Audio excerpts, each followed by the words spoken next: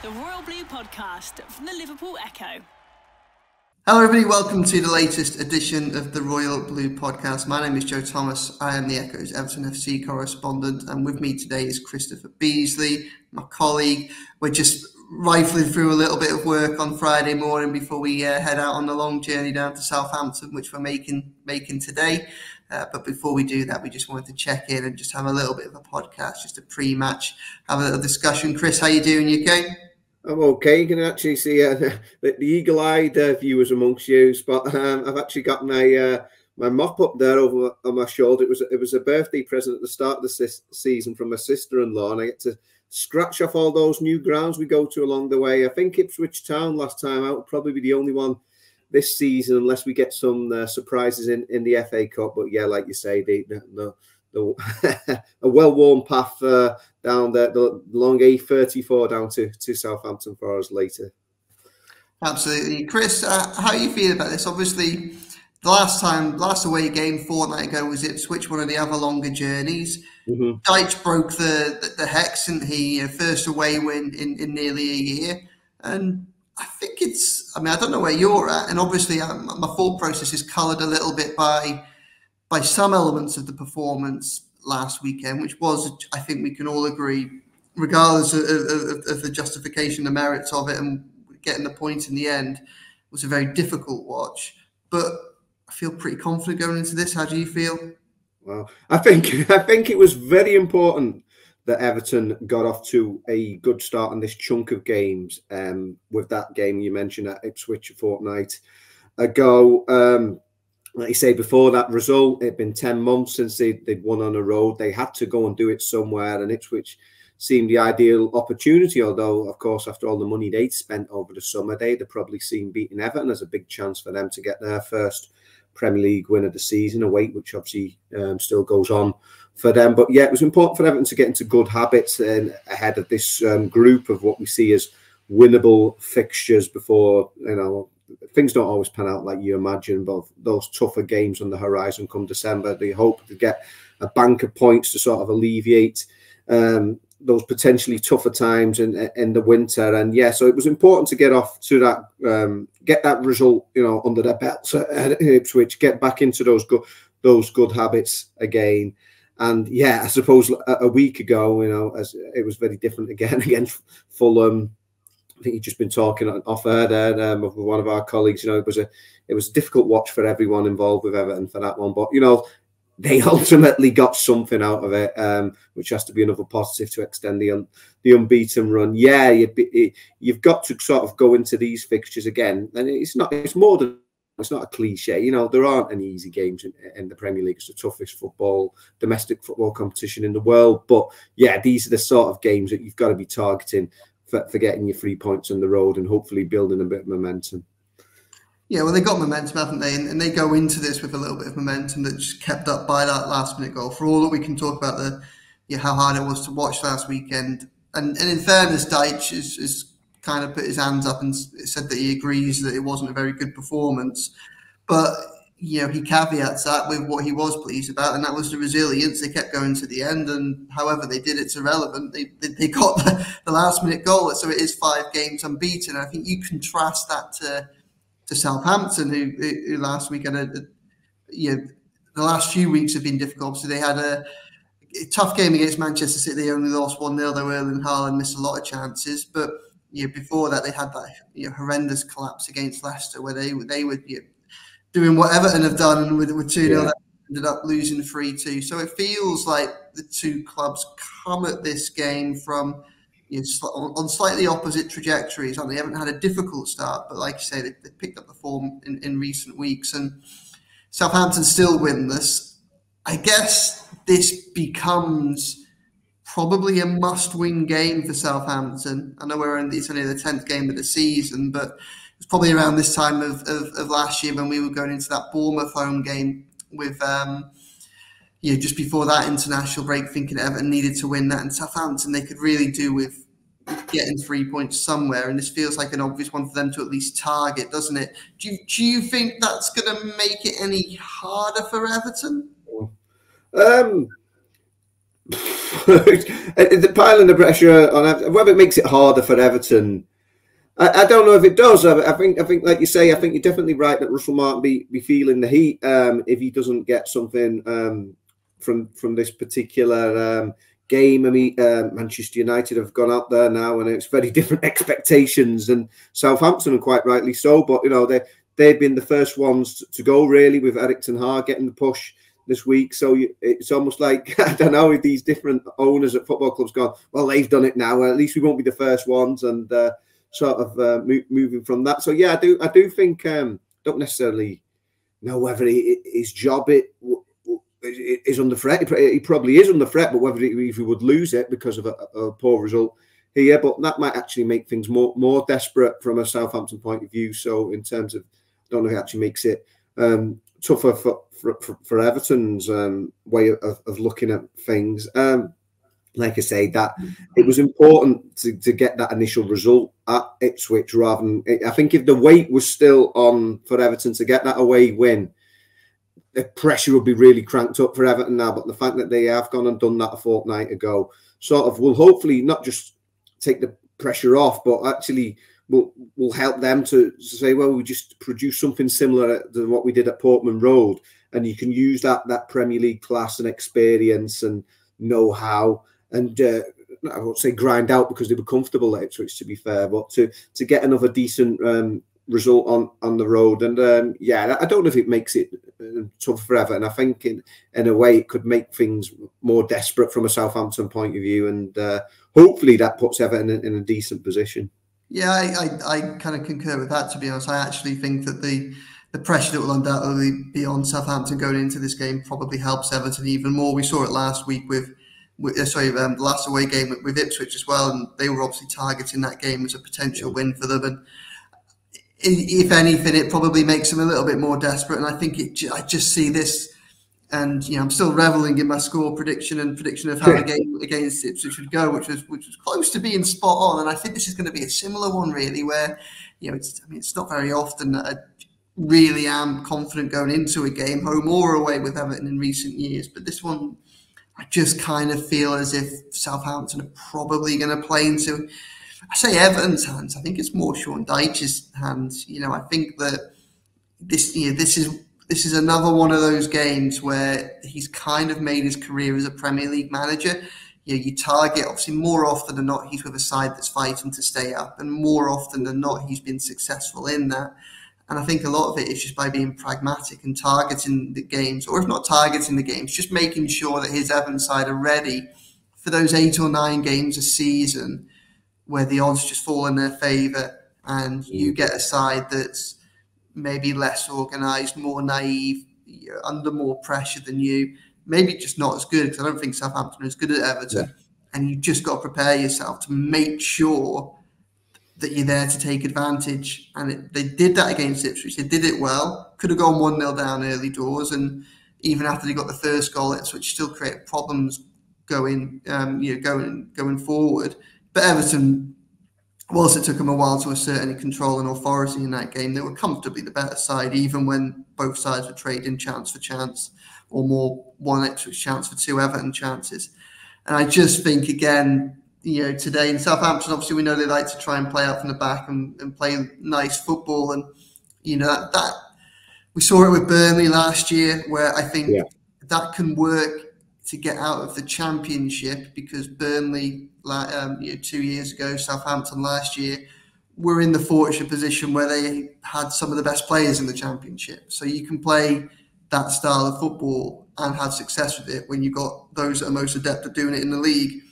Problem is, you come into the Premier League and it's a completely different level. The chasm is massive.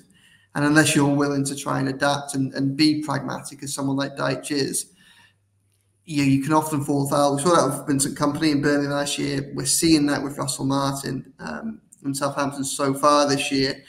And I know, again, it's another game that's cited as almost cited against Dyche, certainly this season, the defeat at home to Southampton in the Carabao Cup. And I understand that completely. And, it wasn't a perfect performance by any stretch of the imagination. Obviously, Everton lost it. And it was one of the many games where Everton have had a very small or an inferior amount of possession against an opposition that at Goodison Park you would like to think Everton would be a little bit more ambitious against. But when I look back on that game, although both sides played slightly weaker teams, Everton had more than enough chances to kill off that game. And if Southampton are going to play a high back line like they did that time, the pace of someone like an Ndiaye, or if Jesper Lindstrom's playing again, they beat that offside trap so often at Goodison Park, and had Lindstrom scored those one-on-ones, it would have been a completely different story. Unless Buster Martin's adapted, then I can kind of see Everton causing them more problems again tomorrow. Yeah, like you say, I was disappointed. I mean, Dyche made 8 changes for that particular game. It was a time when he was looking for his first win over top flight opposition of the season. He didn't get it, but like you say, given the chances that they created and certainly the big misses that Lindstrom had that night, there was plenty to suggest that even that Everton second string should have beaten a Southampton second string, who were probably stronger in more strength and depth probably with their numbers at Southampton than what Everton had. But when it's first 11 against first 11, you'd like to think that Everton will certainly have more in their locker. It's interesting actually how the season has panned out, because obviously that came before the first point of the season against Leicester City. I think one of our colleagues was from another publication was saying to me recently, he thinks this season will almost be like a carbon copy of last season. Hopefully without the points deductions, but in terms of the way that the on the field performances go, he sees it being very similar. I mean, if that is, that Everton will be okay, and it's not going to be pretty, but they'll keep their heads above water. And it'd be nice if that is the case, that they'll actually accumulate the points on a more regular basis. We don't quite want the boom and bust of last season, where I've seen without a victory, a club record run without a win between Christmas and Easter. We could certainly do without any sort of periods like that. But yeah, it's interesting. I mean, I actually bumped into somebody who's worked in the game for a long time this week. You've been holding the fort while I've been off for a few days, and a colleague who is a lifelong Evertonian, but somebody who's worked in football management and knows the game inside out. And he was telling me he said that he thinks Everton will finish 10th this season, and I said, well, I'll take that. Yeah, he said Dyche has been in the trenches. He knows what to get, like you say, from these particular games when it matters, at these key moments, I guess, in the season. He will deliver and he'll get these results. I mean, I actually got a lot of comments. I did my talking point post Fulham on the style of play, and with it being Goodison's last season, and I noticed we got a lot of comments on that piece, and I think it is a genuine talking point. It's not necessarily what we would have liked for the final season at the Grand Old Lady. I know we've got an away fixture tomorrow, but yeah, there has to be that, unfortunately, that pragmatism and making sure just everything's okay, getting through the season without dramas, and that seems to be the way with Sean Dyche. I think that he probably knows long term. He's got to show a bit more with his team, but in terms of getting through this season, he's delivering at the key moments, and this is, like you say, one of those fixtures he probably will be targeting to try and get some important points on the board. Yeah, style and really is something that I think is a talking point. I mean, I think it's a completely justified one as well. People do like Sean Dyche is right in his mantra that ultimately results are what matters, and his belief, and there's a degree of accuracy, I think, in this, is almost that if you get the results, then the perception of your performances changes. If you have success, then however you've achieved them, people are normally more willing to give a style of what's perhaps seen as an anti-football style of way more credit.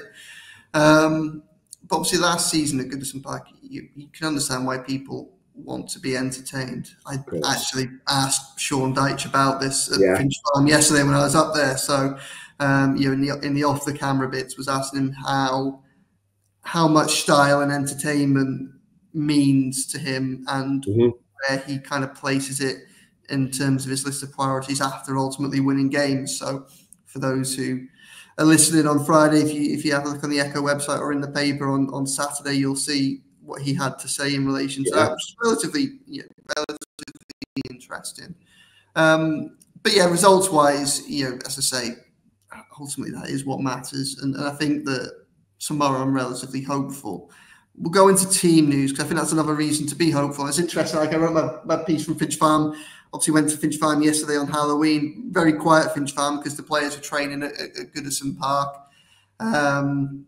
So it was much quieter, and they also had the player signing. I think at the I think it was Breuer and Mangala were certainly scheduled to go. I'm not sure if they were the ones in the end who did it at the Everton store near the ground, which I think was probably a good ploy as well, actually, because for anybody and this is probably very few people that listen to this, for anybody who's been up around Halewood for any time over the last 3 or 4 months, the amount of roadworks around there, and it goes all the way up to the gates of Finch Farm. It's just not a good place that you want to be having, kids on their half-term holidays standing outside to get autographs, because it's terrible. So good planning, I think, from Everton on that perspective to try and draw people away from that. But yeah, up at Finch Farm on Halloween, and saying as much as it was eerily quiet, for once it felt like the demons were lurking elsewhere, And I've been covering Everton for 2.5 years now, and I think that's probably the first time I can actually say that.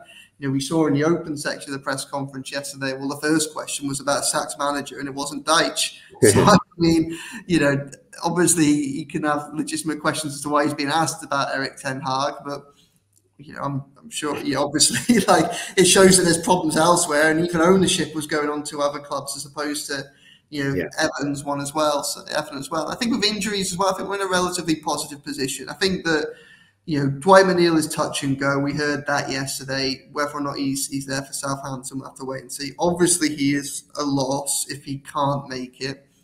And I want to be clear in that. I do wonder if the necessity of having to change things around if he can't play might actually lead Dyche to the solution that I've been advocating all season, which is died a number 10 role, which I think is the better option. But knowing Dyche, I suspect that if McNeil can't play, then the solution will probably end up being Decore back in the previous role, and maybe Mangala and Guy behind him. That's if Decore is okay. So McNeil is touch and go. Decore's had a bit of an abductor issue this week, but was back in training yesterday, and I think they seem to think he's going to be okay. We'll have to wait and see how he is today, but they seem to think he's going to be okay. So those are big ones. James Garner, he's out for a bit longer. Yeah. We're probably we're certainly looking December at the very earliest, I think, for him. Although it was bad news yesterday, I'd like to think anybody who's been following us was well braced for that. I don't think we pulled any punches in recent weeks when saying that it doesn't look like it's a good one for Garner. Beyond that, obviously, Breuer and Chimiti had a long-term injuries, but I think Everton are actually in about as good a position as they've been, which in contrast to Southampton, who've had illness and injuries going through their side this week. Again, it really does just feel that for once, wherever the devil's meddling, it isn't at Goodison Park, and hopefully they can take advantage. So, I mean, we'll go on to team news, Chris. I think whether or not you start Branthwaite, it was obviously one of the very big questions of last week. We know he didn't. He may see himself as vindicated for that. Everton come away at a point. For me, I spoke at length with Michael Ball about this earlier on this week, and I completely agree with him. Everton aren't in a position where they can afford to rest their best players or to not play their best players. We know, and this is no slight on anyone, whether it be Michael Keane, James Tarkowski, we know that Jarrad Branthwaite is Everton's best centre-back. Yeah. Surely now, and now that we've had a glimpse of him in those final minutes against Fulham, we know there's no mystery about him being match fit or him being fit to get on the pitch. If he's got any issue, it can only be getting match fitness, which you can only get if he's playing. Now, surely you bring him in tomorrow, don't you, Chris? Yeah, I think we're possibly at different schools of thought over this for last weekend, because I thought it would have been very harsh to drop Michael Keane after Ipswich Town, but maybe those are the big decisions that you do have to make. But for this game, putting Jarrad Branthwaite back in now, like I said, whether it's, you'd imagine it'd be Keane, but given that Tarkowski hasn't missed a Premier League game since he came to the club. But yeah, it could be for Tarkowski. But either way, yeah, I think Jarrad Branthwaite has to come back in now. He was all right those last 5 minutes or so against Fulham. So yeah, like Sean Dyche will probably say he's vindicated in both those decisions, leaving him out completely for Ipswich Town and then just giving him the late run out against Fulham. But yeah, let's get the Carlisle Kaiser back there at St Mary's. A timely return. Yeah, he's been looked after, and to be fair, that Dyche has done well, like the way he looked after Dominic Calvert-Lewin. But yeah, I think he should be back in the starting lineup tomorrow. Yeah, would you change the formation, or is there anyone in particular you'd have him in head of?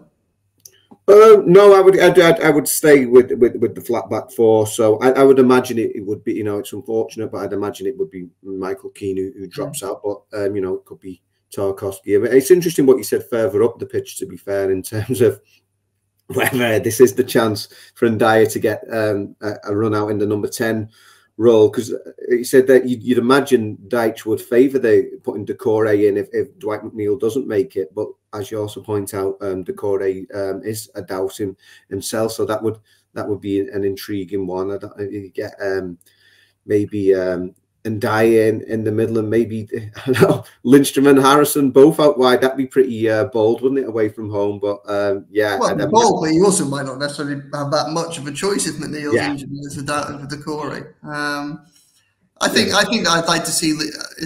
I haven't watched Southampton much in the league, and it may be that they will adopt a different style in the Carabao Cup. But Lindstrom caused them all sorts of problems. He put in a number of dangerous crosses as well. Okay, the end product was lacking, but the fact that he got into those positions in the first place, I think was a positive.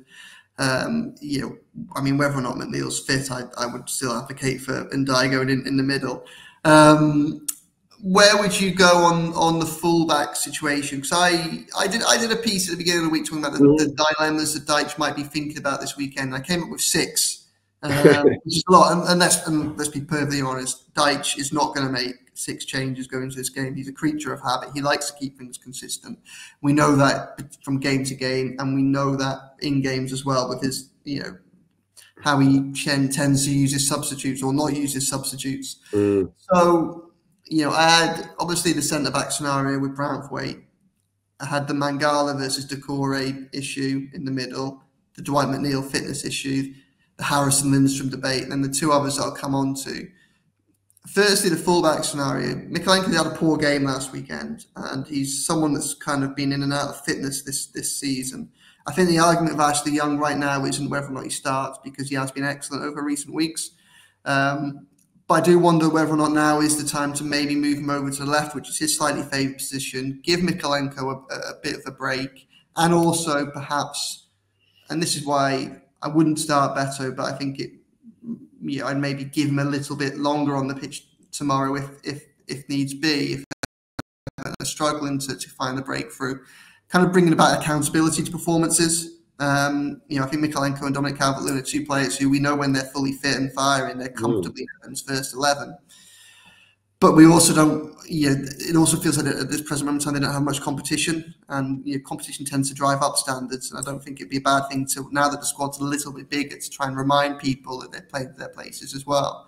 I'm not against the idea of moving Ashley Young to left back, so I can bring in one of the specialist right backs just to see if, say for instance, Harrison is on the right, just to see whether or not one of them could maybe help him out a little bit going forward. I'm basically angling to say that, and I've said this for a couple of weeks, I feel like at some point this season, it feels like it makes sense to give Nathan Patterson a bit of a run in the team. I don't know if he's going to be the solution. I'm not saying that he's necessarily going to come in and be brilliant, but I think a decision probably needs to be made over him, whether or not he is the long-term answer to replacing Seamus Coleman. He is back fit now. Give him a little bit of run in the team and just see where it takes us. And then at the very least, if it goes poorly, then the player knows that he's had the chance, and whoever is making the decisions about Everton ahead of next summer knows that right back is another place where they need to find somewhere long-term. Yeah, danger of tying ourselves in knots a bit here, but I am massively overcomplicating things. But like you're saying now, we might be in a position where you think he might be forced to have Harrison, Lindstrom, and then Dyche. This is Sean Dyche, you say we're talking about here, and as you've also mentioned, there are those right back options. So there's a position here where he could shoehorn Ashley Young in on right mid. So he maybe not have to play all those three attacking players. He can put Ashley Young. We know he's done that away from home.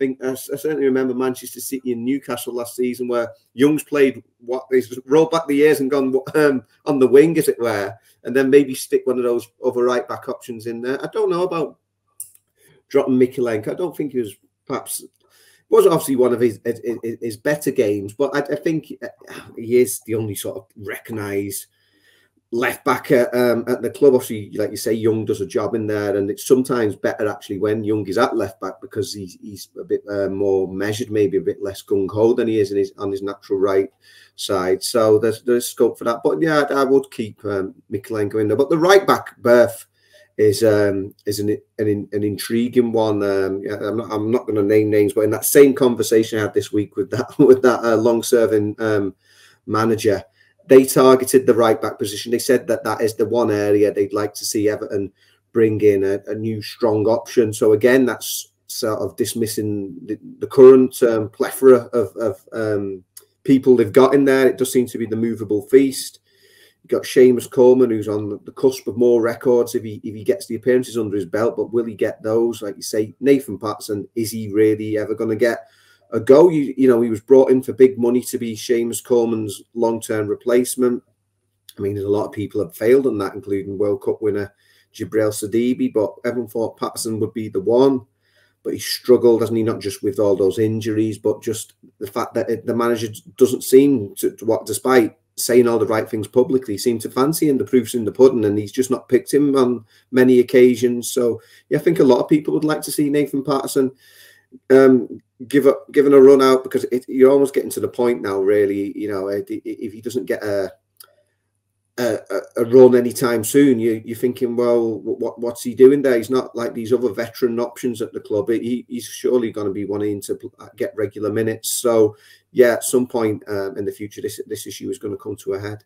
Yeah, I mean, the alternative option is, and maybe this is one of the few areas where Everton can potentially afford to do this, despite having a small squad, is if Dyche really doesn't fancy him, I'd consider sending him out on loan in January. You know, Bayern Munich came in to take a look at him on loan 12 months ago. Nice.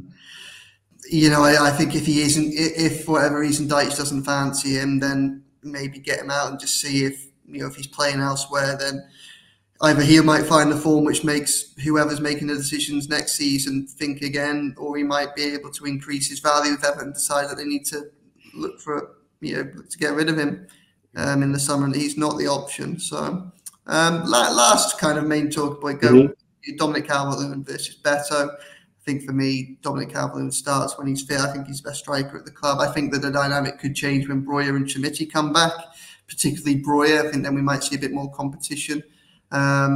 Written a lot about Dominic Calvert-Lewin this week, actually. Lots of different things. Obviously, he's been saying that he would like to break Romelu Lukaku's Premier League scoring record for Everton, which is great. That's 13 goals. He needs to get that outright. So, I mean, that'd be a very productive season. Take him up to 15 if he can get there. I mean, what's your position? Would you think about swapping him for Beto? I wouldn't, and I don't think that Sean Dyche would either, to be fair. Despite Beto doing really well, you could see the emotion and how pleased he was with that last gasp equaliser against Fulham a week ago. The Everton manager did mention that was a moment in time, and in terms of Beto getting regular Premier League minutes, it would have to be based on showing more than that particular fruitful cameo. Yeah, it was an opportunity presented to the manager. They said, "Oh well, is Beto going to be possibly given more regular run-outs on the back of this?" And the manager was very non-committal on that. I think, reading between the lines, he very much still sees Dominic Calvert-Lewin as ahead of Beto in the pecking order. It's great that Beto was able to come in and rescue a point for Everton, and you could see how much that meant to him. But I think that he does very much remain the understudy at the moment. Like you say, whether that changes, I think to be fair, I think Broy's got a lot to prove. Obviously, he's got a lot of potential there, which the club have been monitoring for a long time before they were able to bring him through the door. But yeah, he didn't score, did he? I don't think, for Fulham last season on loan. He had a bit of a torrid time there. So he's got a big point to prove. In terms of Calvert-Lewin breaking the record, yeah, it's a bit more than that prediction I was given of 10th this season. I think for Calvert-Lewin to get those goals this season in this Everton team, it would almost be, I don't think anyone would particularly be happy, but if he was to walk out the club on a free transfer next summer, having broken the club's Premier League goal scoring record, he could kind of see that very much as a job well done. I mean, that would be a fruitful season for him within this particular setup. I'd love to think that he could get there this season, and I think that one remains tantalisingly out of grasp, unless, of course, he signs a new deal and is still there at the new stadium next season. But yeah, I think for the time being, he's very much number one. But like you say, with that increased competition in places, when those other players, Broyer and Chimiti, do get themselves fit, it might well be, you're talking about loans, that Chimiti might end up going on loan perhaps for the second half of the season, because he's a young player in need of minutes and sort of continuing to adapt to the English game. But yeah, in terms of the two who are around at the moment, I think the manager very much sees Calvert-Lewin as the first choice, with Beto the understudy. Yeah, absolutely. And again, speaking to him yesterday, he's very much of the opinion that whilst Calvert-Lewin has missed some big chances in recent weeks, again, that theme of the fact that he's there to be in those chances, and some of them have been created by himself, gives him hope. I think everything that we can see from the comments, both from what Dyche has told me and from what Calvert-Lewin has been saying himself, I think it looks like both parties, or at least seem to be of the impression that Calvert-Lewin will be there to the end of the season. Obviously, Everton might get tested in January. If someone wants to come in and put money down, it'd be their last chance to get a transfer fee for him. But Dyche basically said to me last week that it's difficult. I mean, unless Everton go on an incredible run of form between now and Christmas, which would obviously encompass some very tough games, including the Derby, Chelsea, and Man United and Arsenal, then the value of any offer that could come in January for Dominic Calvert-Lewin is likely to not be bigger than having him around to try and keep Everton and make sure everything is fine this season. So, but it very much looks like at the very least he's going to stay to the end of the summer unless a big offer does come in. I'm with you. I think he probably still has to keep his place for the time being, at least. I do think that if tomorrow goes in the same manner the last few games have gone, then I would perhaps look to bring Beto on after an hour, or give him the most amount of time he's had so far this season is 18 minutes on the pitch in the Premier League game. I think that his goal last week, and if what Dyche is saying about his training efforts is fair, then that warrants getting more of an opportunity than he has so far. But I think Calvert-Lewin probably has to start. We'll wrap it up there, Chris. Obviously, we've got a busy day and a long journey ahead of us. But one final thing just before we do go, got your score prediction? Yeah, I'm going to go positive back-to-back away wins after 10 months without one, and say 1-0 Everton. Maybe not quite as convincing or comprehensive as the Ipswich Town one. Hopefully it would be, but no, I think a sneaky 1-0 perhaps. I'm going 3-0 to Everton. Wow. That's it. And another very happy journey on the way back. And I'm just going to finish off with one more prediction. Chris, I'm hoping you haven't read this yet. All right. I'm going to read what Paul Merson has to say about the game tomorrow, and then I'm going to ask you to guess what he thinks the score is going to be. So just to wrap up, Merson goes, Everton will know exactly how Southampton will want to play against them. The Saints will take a million chances by trying to play out from the back, and Sean Dyche will have a plan ready. Someone should tell Southampton that this kind of stuff only works on PlayStation. Everton are now 5 games unbeaten and are enjoying a bit of a good run. They will squeeze Southampton, and it will only be a matter of time before Everton get the ball and score, in my opinion. So that's what he's got to say. And then what do you think his prediction is, Chris? Well, given the big build-up, everything indicates that he's going for an Everton win. You're going to tell me that he's not. Over 2-1 Southampton, he said all that, and he said Southampton are going to win 2-1. Wow. I was just reading that this morning, I was thinking, wow. I mean, that's a hell of a turn. Maybe he should stick to the dancing, although he's been voted out on there, hasn't he, as well? So, yeah. Another misstep from there. Thanks everybody for listening to us. We really appreciate it.